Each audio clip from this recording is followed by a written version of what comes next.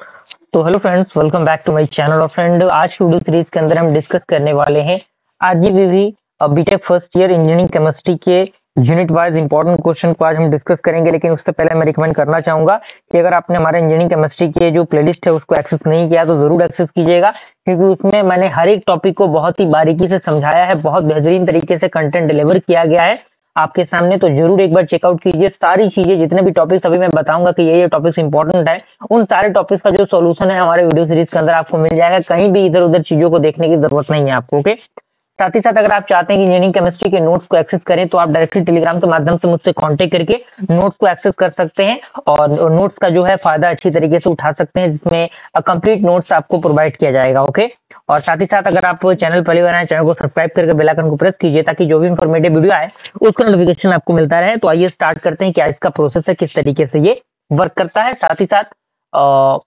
अपने friend circle में चीजों को शेयर कीजिएगा ताकि वो लोग भी इन चीजों का फायदा उठा सकें। तो इंजीनियरिंग केमिस्ट्री के अंदर आपको 7 यूनिट पढ़ने हैं, तो 7 यूनिट के अकॉर्डिंग मैंने कुछ टॉपिक्स को कैरी किया है जो कि आपके एग्जामिनेशन के लिए इंपॉर्टेंट है।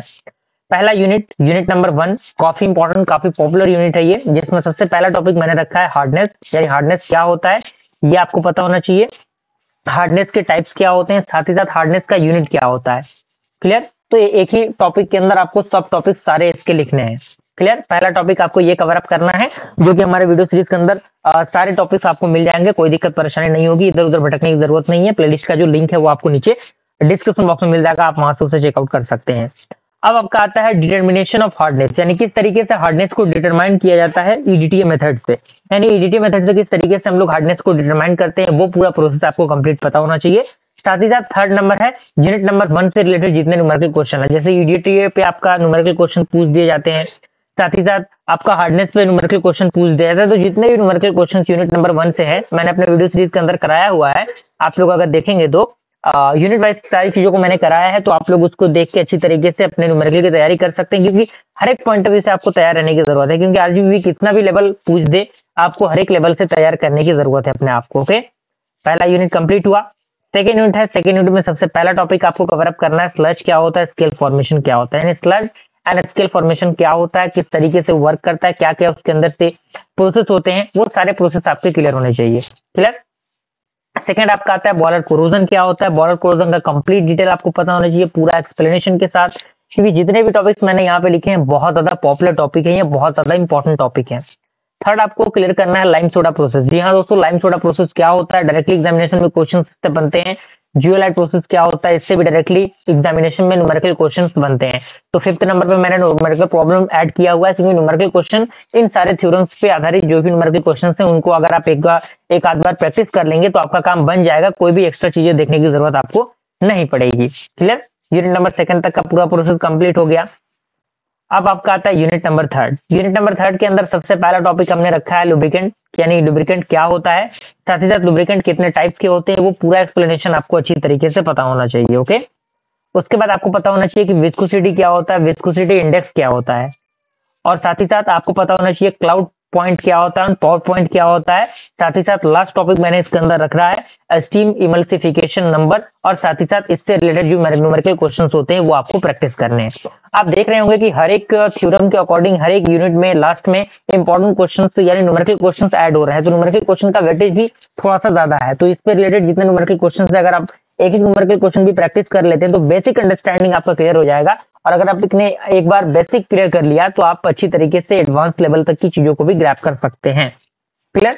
तो ये आपका यूनिट नंबर 3 तक का था। अब यूनिट नंबर 4 की हम बात करें तो आपको पता होना चाहिए कि पॉलीमराइजेशन क्या होता है, बेसिकली पॉलीमर क्या होता है और टाइप्स क्या होते हैं पॉलीमर के, ये सबसे पहला टॉपिक आपके सामने होना चाहिए।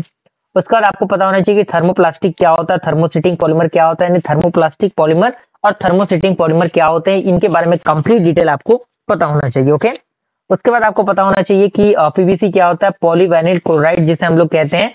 उसके साथ साथ आपका पीएमएम क्या होता है, उसके साथ साथ आपका नायलॉन 6 क्या होता है, किस तरीके से ये वर्क करता है, कहाँ कहाँ इसके यूजेस होते हैं, सारे प्रोसेस आपको पता होना चाहिए।